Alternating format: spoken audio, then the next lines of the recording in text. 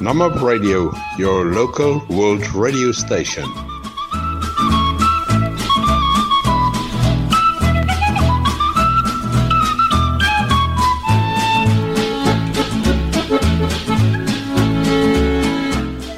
Baie welkom by die program Knapsak en Velskoen.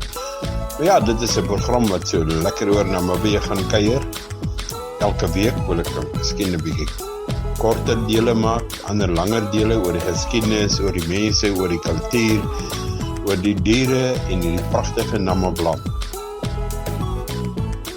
Waar die grondpad kronkel van Korigas oor heuwel landskap tot by Twyfelfontein, die geelgrasse silwer sade maak Damaraland. Dit is ook een van sy pragtige liedere van Oswald Raltea. 'n baie bekende polisieman, speurder Oswald Raltea. Dit is sy musiek wat ons speel vandag. Jy is geliefd. In historical times, the dominant people of the Kaoka land have been the Herero-speaking Bantu ethnic group. And in their language, the name of the land and its greatest river have their origins. It is said that when the Herero moved southward into the Kaoka Veld from their ancestral homelands in Angola in about 1550, the Kunini River was on the right or to the northwest.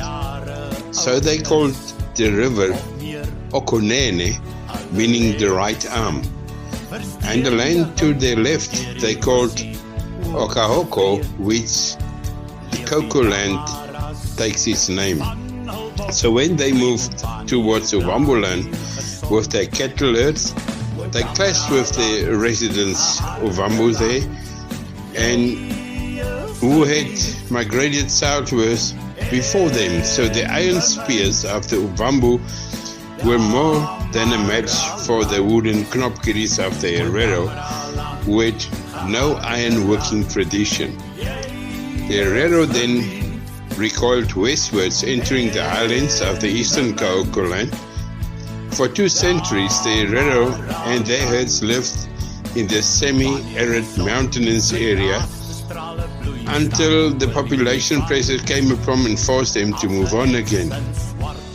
This time they migrated southwards into the heartland of Namibia. A section of the tribe, however, elected to remain behind in Kaokola.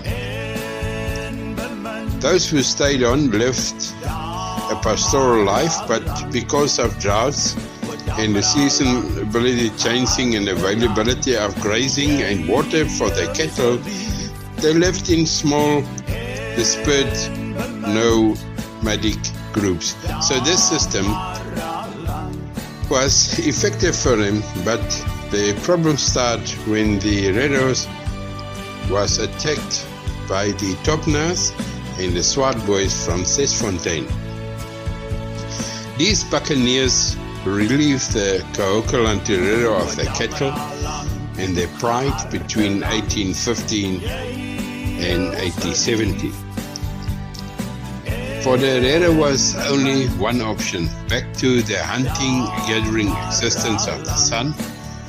So the Dama and the Tsimba, the indigenous people of Kaoka land, they move in different directions as hunters, because there was no longer any cattle for them to do their farming. So the Kaokaland Herero should be called then the Chimba Herero. For many years, the origin of this name was held to be from the Onjimba Nchimba, the Herero name for the aardvark, which, like the seekers of the Veldkos, and these improvised Herero had become digs to the ground, and for their main food, not cattle anymore, but to hunt. So the Chimba Herero is for the victims of the Nama, the Chimba for the indigenous people of northern Kaoko land. And in about 1870, a large group of Chimba Herero fled north across the Kunene, again into Angola, to escape these Nama raiders. They were dependent on the generosity of the Ngwambe tribe and forced to beg Himba its food and a place to live. For this reason, they were called the beggars or Wahimba, if you was wondering where the name came from. And time was hard for the Himba, but the savior was in the wings. He was a warlike Shaka named Vita, which means war in the Herero tongue. He also known as Oorlog, the Afrikaans translation of this name, or as Oorlog Tom. He was born in 1863 at Ochimbingwe, in the upper reaches of the Swakop River, to a Swana father and a Herero mother, a sister of the Herero patriarch, Chief Manasseh. I will call in another episode, I will tell you later about this group and the involvement of Vita Oorlog Herero.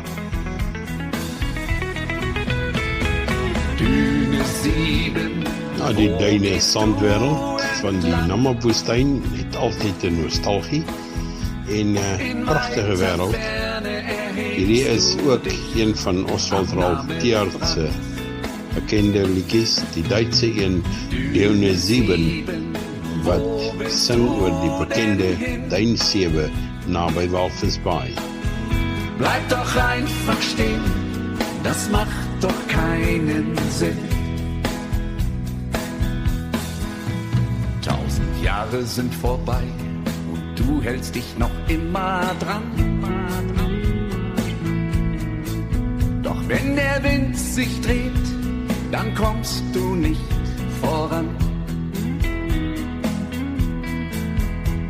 Begreifst du denn nicht die Namen? Baie mense het al gewonder oor die klipmannetjie familie van die Kaukofel. As jy almal gekry het, is jy baie gelukkig. Elkeen beeld 'n ander iets uit. Hierdie ou staan, daai ou lê, die ou lyk of hy met 'n verkyker kyk. Maar almal wonder, waar kom hierdie klipmannetjies vandaan? Hulle is besig om net so bekend te raak, amper soos die piramides van Egypte.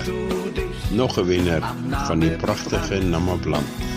Geniet hierdie klipfamilie. Dune 7, wo willst du denn hin?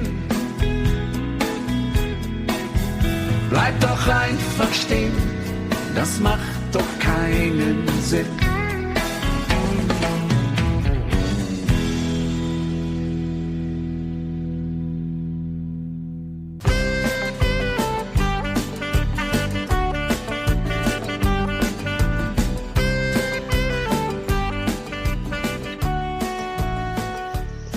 Ja, die klipmannetjies wat die hele Kahokoland en dele van Damaraland vol is, van 'n manne ry, dan wonder hulle eintlik, nou wat gaan nou aan? Hierdie is fantastiese kunswerke wat briljant gedoen is en 'n mens kom op verskeie van hulle af oor die hele terrein soos jy rondry. Maar jy moet baie mooi kyk, want hulle het elkeen sy eie werk. Hierdie ou sit onder 'n boom en dink, die ander ou stap met 'n wandelstok. Dan hang een weer daar aan 'n kraans, dan kruip 'n ander ou weer vir water. Dit is natuurlik iets besonders. Jy sal natuurlik oral ook by Van Sailspas en al die plekke kry jy ou telefoonkaste, soos mense kan bel, en skottels waar hulle satelliete kan opvang. Maar dit is alles net sommer so snaaksigheid wat die mense in Damaraland en in die Kaukofveld opsit. Maar hierdie klipmannetjies, hulle het hulle eie nommer. Hy is net uniek. Soos ek reeds gesê het, hulle is amper so bekend soos die piramides van Egypte. In Keetmans, daar is hy gerangeer, om daar vandaan weer die spoor te vreet, al die pad met trots tot in Loederits. So het ons elke jaar gereis, veilig in sy by, van hier na daar en terug, hier die Shangalolo van Walvisbaai, om daar vandaan weer die spoor te vreet, al die pad met trots tot in Loederits.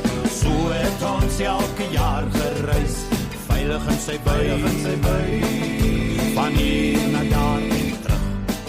Thank you for being with us. Knapsack in Velskun from Namibia, the only place in the world where the desert elephant and the endangered black rhino live in harmony with the lion, giraffe, and in a desert environment. The Kaokoveld is under grave threat not only for poaching, but also from the encroachment of civilization. See you in the next episode.